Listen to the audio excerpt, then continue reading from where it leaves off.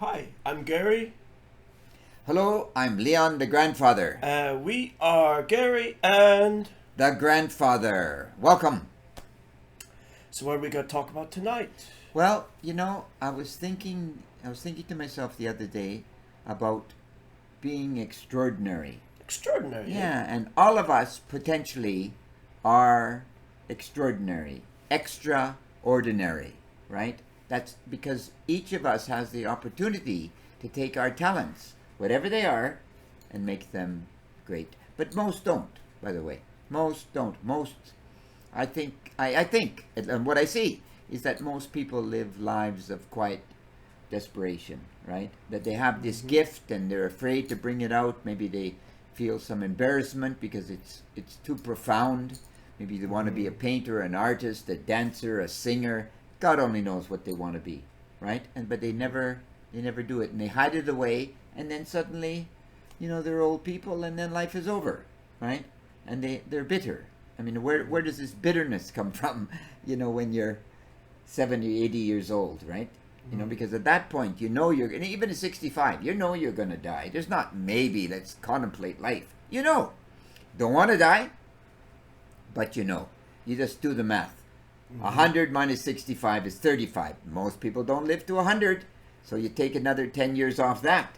You got 25 years, right? And if you're not already on the path of where you want to go at 65, you got problems, Gary, right? So that's what I was thinking about. How can we have a chat and share with people, obviously, well, let's share with people, how am I going to be extraordinary? Hey, what do you think?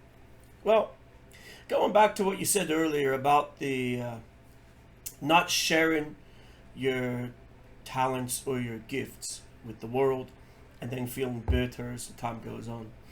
I think that one of the problems that we have as a society is that when we do have some sort of, let me backtrack a bit. Often when we talk about talent or gifts, what do we usually think of? You immediately said painting or music, we're usually thinking about art. That's right. It doesn't have to be. It doesn't right? have to be. No, for sure not. But immediately you went straight to the art. I think writing, that's another one. Yeah. And I've written, as we said last time, I've written several books by now. And I think the problem is that a lot of people from a young age, they're told they're never going to make it with whatever their talent is, because a lot of these talents are related to the arts, music, things like that, writing. And they're the type of talents where it's very difficult to try to turn it into a career. Yeah. Because the career for these types of talents usually No it depends income, on no income. it depends on knowing people, the people you know, Yeah. to make connections. And if you don't know the right people, there's no income at all, Yeah. and therefore you're discouraged from even trying to bring out that talent. Yeah. And so I think that's why a lot of people never address this. Yeah. I think true. that's one reason. Yeah. Well, Sir Ken Robinson, in his book, his book, The Element, talks about a young guy. I thought it was kind of a nice story. It's about a young guy who always wanted to be a fireman. And like when we're young, we want to be a policeman, we want to be a fireman. But this guy wanted to be a fireman, and his teacher said, "Come on, forget it. You're not going to be a fireman. It's pointless." But he hung on, and when he finished high school, he went and he wrote the fireman's exam, and he passed, and now he's a fireman. And the teacher kind of poo-pooed him in a sense, right? Then, in this local area, there was a car accident, and the guy's car is upside down, it's going to catch on fire, whatever. Who arrives? The fireman. Who's in the car? The teacher and his wife. Yeah, and he said now he thinks a lot more of him. Little story. One of my brothers loved the forest. right? At the very beginning, always loved the forest, trees, animals. You're a real woodsman, if you can put it that way, right? Yeah. And my parents tried to encourage him to go to university, and he went for a little while, but it just wasn't for him, right? So then eventually he got a license of a type of license in the logging industry. Scaling, they can estimate the value of wood. And today, my brother is the president of a logging company, big one, because that eventually became, he was very good with men, right? He's very good with people, right? And that was a skill set that he eventually nurtured over time. So as opposed to being, if you will, a failure from not going to some academic institution, he did what he was good at. He eventually followed his path. And now I would say my brother is extraordinary. He's got a lot of money, seems happy, right? Lots of kids, right? So I think that's what a person should give reflection to somewhat, Like we're told things when we're young that are probably many times are nonsense, right? Oh, for sure. For sure. We are told a lot. And I strongly believe that you need to listen to yourself to know what the right thing to do is. Not listen to this person or that person. What I like to do when I'm talking with people, if they ask me a question, what should I do? What do you think I should do? And believe it or not, sometimes people do ask me these kinds of questions, even at my age. And I say, okay, well, something that I had learned from a younger age, I think, is that when you look at a situation, you should try to look at it within reason from both people's viewpoints. If you are the central person, the neutral party, so to speak. And so you hear the person out, hear what they have to say, provide them with possibly the other side of the story, or at least something that could be reasonably the other side of the story, and then let them make the right decision themselves, because that's what you need to do to find your own path. So you have to make the decision yourself, and you have to find that decision, reach it by considering different factors in your life. For becoming extraordinary for myself, I think another thing that's very important is sometimes you do need to reflect upon the what I would call the wins. Win, W-I-N, not W-I-N-G. I know sometimes my accent can be a bit weird. The wins in life. The successes. Just the little wins. For example, I have this friend and I, we call it the band that we play with, but we're just a duo. And the other day, I saw a message on Facebook where we were performing at a local cafe, and then stranger, he posted a comment, "Wow, these guys are really good. Who are these guys?" And I'm thinking, whoa, and that made me feel pretty good. You're darn right. Yeah, I agree with you. Or the little rewards, Yeah. And then I contrasted it to when I told one of my family members, well, we have this gig lined up to be performing at a wedding, and they said their first response was, "Oh my," just like that. So you can see the two contrasting. Of course, I think sometimes your family or your friends sometimes even could be your harshest critics, even you yourself. Yeah. But if you look at the little wins, yeah, I think that can sometimes direct you into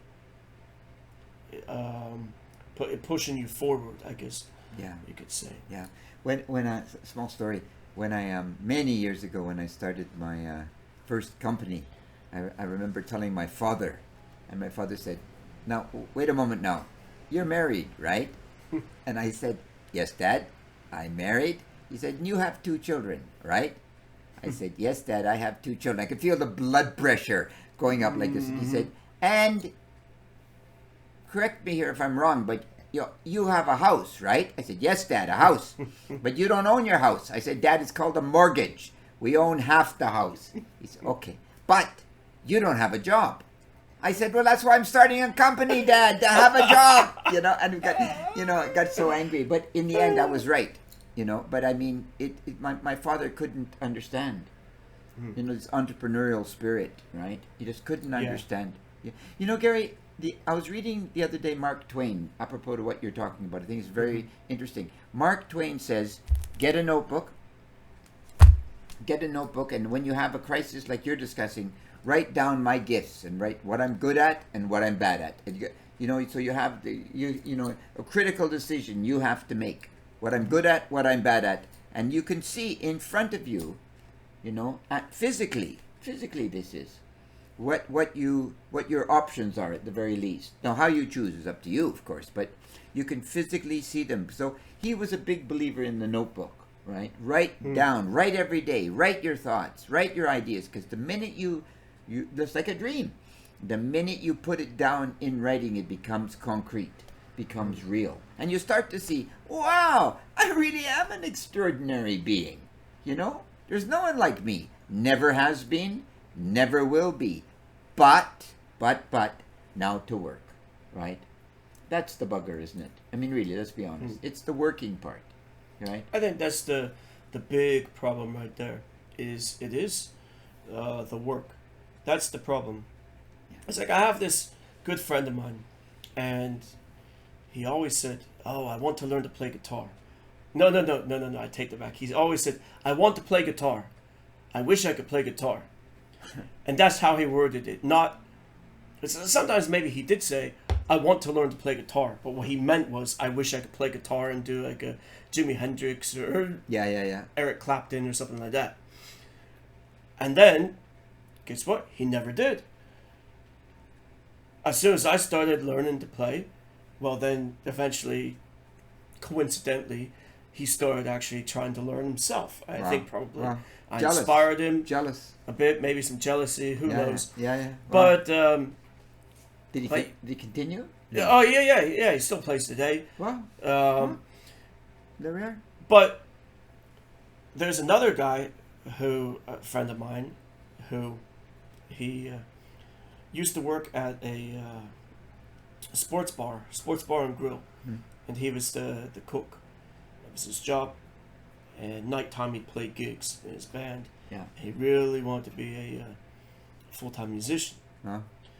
And he so every day, if he was working, he'd go back to, as he's chopping up the vegetables or whatever, he'd be rattling off the chord progressions or the notes in the C minor 7 scale or whatever.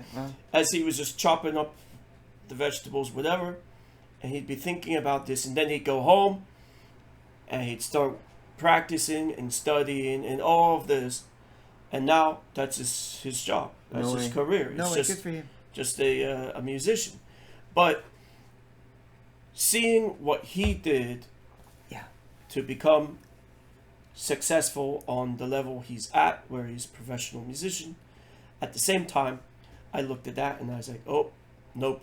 I think I would rather just be a busker or something, on Saturday afternoons than to do that like he's doing. Well, these guys are all in. You got to be all in. For sure. Lady Gaga, I read her biography, and this woman, right from New York City, a walk up with the piano all the way through, right? And she's got one tattoo on her arm, which represents music. Of course, you've seen the tattoo, I think. Yeah. And I watched her when she won the Oscar. She said, it's all possible, but you gotta be willing to work, right? Work. Just if you're not willing to put in the work to be extraordinary, you're not going to achieve it. It's kind of that's kind of an exciting idea when you think to yourself, Gary, because all you got to do is train yourself not to be lazy. Oh yeah. Well, I tell you this, and I'm not trying to be arrogant or anything. Arrogant. No, you don't even know what I'm going to say. But I work a job. It's a basically essentially it's a 9 to 5. You know, just teaching kids, and the I get off of work. I go home. I'm I'm not going to say fortunate or unfortunate, but I'm, you know, I just living by myself, and because of that, I have a lot of time I can. And the cat, not totally alone. Well, I do have the cat, yes, but I have a lot of time that I can choose to allot how I want to. So I'm going to say, so I have a friend who, you know, recently had a child, and I have some other friends who are married with young children, 5, 6, 7. So, and of course a spouse. So what I'm going to say next isn't something that's going to work for everybody for sure, but it works for me. So I go home, and then even after I finish my day job, I set up shop at my home, usually behind my computer, and then I work for another 2-3 hours writing or taking care of some marketing things I'm doing, or some publishing of books and art and game programming and other things that I do. So it's not until about maybe 8 o'clock or 8:30 at night where I finally shut off the lights and close the door and finish my working day. And that's the through the week, Monday through Friday. Yeah. Usually on the weekends, I'll try to give myself the time off. And the reason I do it is because it's not because I necessarily want to, but it's because I know that by doing this work, well, if I don't do the work, it's not going to get done. That's right. And by doing the work, I have the vision for a better future for myself, to achieve greater things for myself and my family, and to help people. Yeah. So, you know, I do what I gotta do. Yeah. Well, I think you raise an interesting point, because the very first thing I have to realize, whatever I look like, whatever religion I am, whatever my philosophy is, that I do possess certain gifts. Yes. Viktor Frankl. Each of us, we're all the same, for the most part. Maybe there's 5% that are brilliant and 10% that are profoundly stupid, but the other 85% of the society, you and me, have the capabilities of being extraordinary. Period.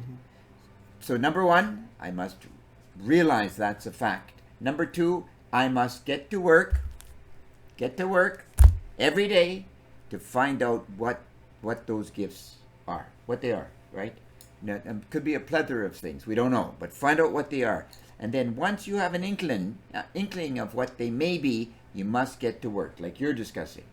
Because after you proceed with something for a period of time, you realize, wait a moment, this is not for me, I made a mistake. Right, let's backtrack. New path, right? I think all of us have done that. Yeah. We thought we were going to go here and we ended up going there. Right? Oh yeah, that was my whole university. Yeah, for sure, absolutely, Well, absolutely. 8 years for a bachelor's degree or something. Well, but it doesn't matter. The point is that you were putting in the effort to discover you, is the point. And if you don't put in the effort, you basically you end up to be unfulfilled. I mean, and it's really that simple. But the working part, I think, is the one. You know, I've my humble observation, I've started a lot of projects with people, a lot, and people fall away. Whatever it is, they fall away. Yeah. They just fall away. They For sure. cannot seem to stay on the path. And I read a blog every week. I've done it for maybe 10 years now. People ask me, why do you do it every week? You know, nobody reads it, right? Why do you do it? I say, well, I do it because if I don't do it, I won't do it. And it's like the Sisyphusian rock. You'll slide down, and you'll push up, and you'll slide down again. Eventually, you may stay down, which is my fear. And most of us do, I think, right? Most of us do. So the point is, if we are all, I mean, why do we have such conflict in the world? Because these forces are tearing us apart, because we're not feeling happy, obviously, not fulfilled, right? Well, going back with the, like you said, the blog and not doing something, or because he was stopped doing it. What I tried to do, well, there's a few things I think about. First one is, I think in addition to a lot of people not willing to put in the hours, put in the time to achieve whatever that extraordinaryism that they're approaching, or that they could approach. I think the other thing that people have a problem with is fear. Fear of either failure, or also fear of trying new things. That's something a lot of people are afraid of, is to try new things. And I'll say to you, for example, I have some friends who they always said to me, "Oh, I'm never going to eat curry. It looks so disgusting. I don't like curry." And then one time I made it for them, and guess what? They're eating curry. They're eating curry left, right, and center, trying to eat as much as they can. That they love it, but they just had the notion they didn't like it, yet they've never ate it before in their life, just based on fear. How can you know you don't like something, or you're not good at something without trying, if you haven't tried it? Yeah. That you're just selling yourself short, cutting yourself off from so many things that maybe you could do. And the that goes into my second part, which is when I do stuff, when I do things, when I work on projects. Recently I started a magazine up. I have no idea if it's going to be success or failure. I don't know. Well, But I already have a few other people lined up to write some articles for it if it starts making money. And about the gaming industry? Yeah, entertainment and some culture as well. Well, Asian culture as well. And so I have some people who are interested in writing for me if it becomes successful and I can get them on the yeah. that if I could get a payroll to Yeah. you know. Yeah. But anyways, I said to him, I said, "Look, I said, I'm going to we can talk about if you if I'll be able to afford to have you writing for us in 6 months. We can evaluate then. If the answer is no, we'll reevaluate in another 6 months, because I really want you to do this. But obviously, and I know some of these guys, they would do it for free. I know, because they're some industry friends of mine. But I would never ask that of them, because it's not fair. So, well, you give them an honorarium. You give them a few dollars. You don't. Yeah. You can give them something. I could do that. Yeah. But I said that we could reevaluate then in another 6 months, so a year. And that's kind of an attitude that I also take, is I try to stick whatever it is I'm doing, I try to stick it out for at least half a year, whatever it is. Preferably a year, but at least going into it half a year, evaluate the situation, and then keep going, see where it is in a year's time. Obviously, I'm not talking about things like abusive relationships or things like that. That's totally different situation. Sure. But I'm talking about projects and activities and things that could potentially be beneficial to you. For example, it was last year, I think. I was talking to my one friend. He's a bodybuilder, and I wanted to really get into really good shape and everything. So I put together a intensive program for me that met my needs of not going to the gym, being able to do it at home. Wow.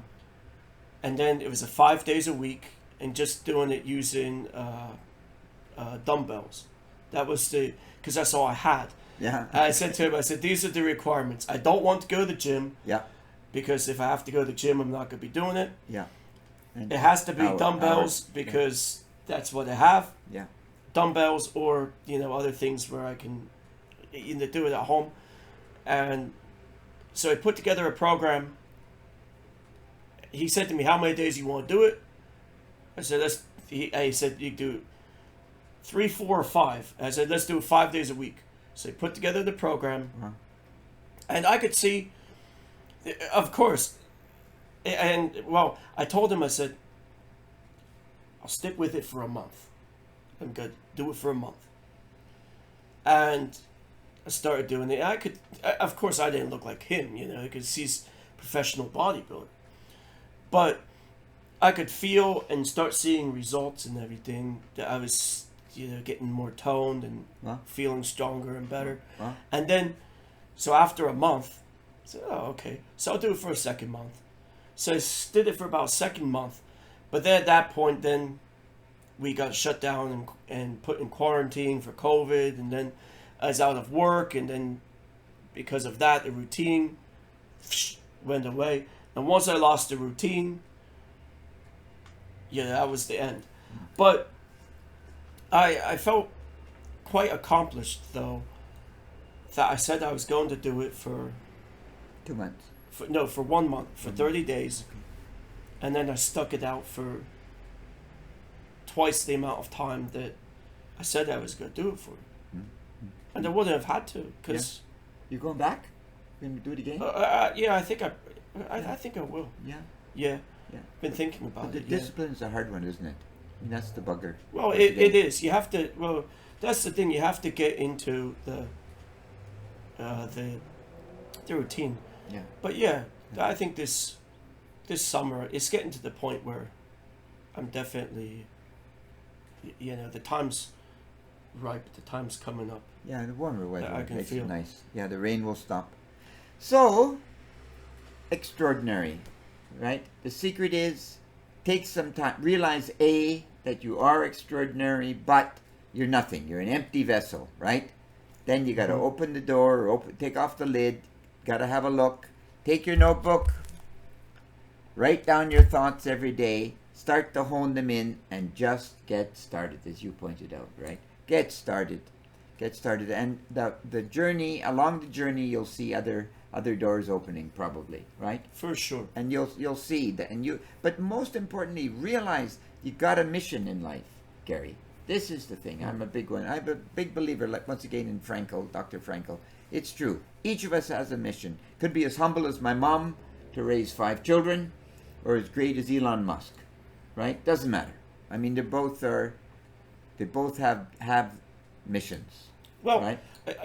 Just an aside, but I think this is really it's very important because it very much relates with this whole idea of the mission and whatnot.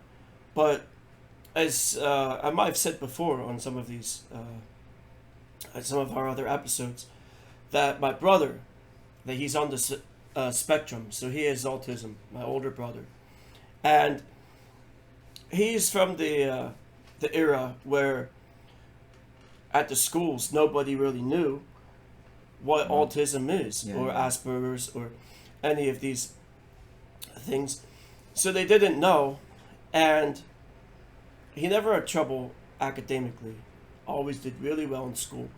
But because of some of his social problems, when he got out of university, then came the problem of finding jobs.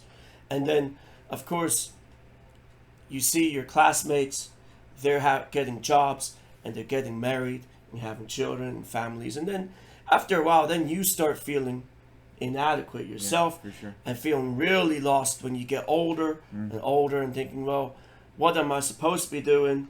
I want a job, but I'm not sure I can even pass the job interview. So what do you do? Yeah. Well, eventually, my brother, with some encouragement from myself, I guess, but my brother, he and my father, they'd always been telling some stories to each other, and they said, well, these would make great children's books. I know that because I work with children. Wow. So they put them together and started writing children's books. Wow. They have an illustrator. Wow. Every month they try to release a new book. Fantastic. They're up to about 5 or 6 or whatever. Wow, fantastic. And they've even gone to some local fairs and whatnot to sell these books.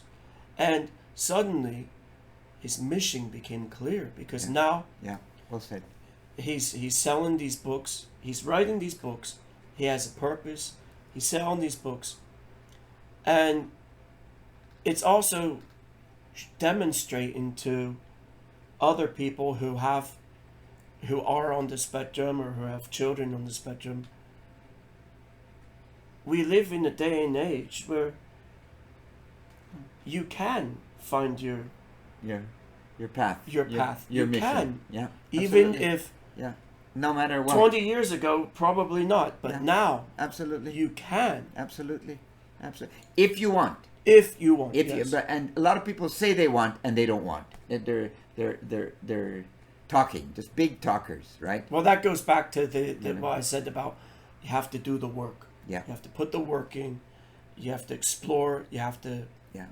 lose the fear of Yeah. trying and exploring and seeing what's out there. Yeah, absolutely. Well, we leave you with the thoughts of being extraordinary, right? Yes. Yeah, and you're going to comment on something. Well, thanks again, everyone, for watching us. And this one goes out to one of our viewers, to Son. Okay? So, Welcome, son. Gary out. Grandfather out. Please write us. Let us know your thoughts. We appreciate it. Bye-bye. Bye-bye.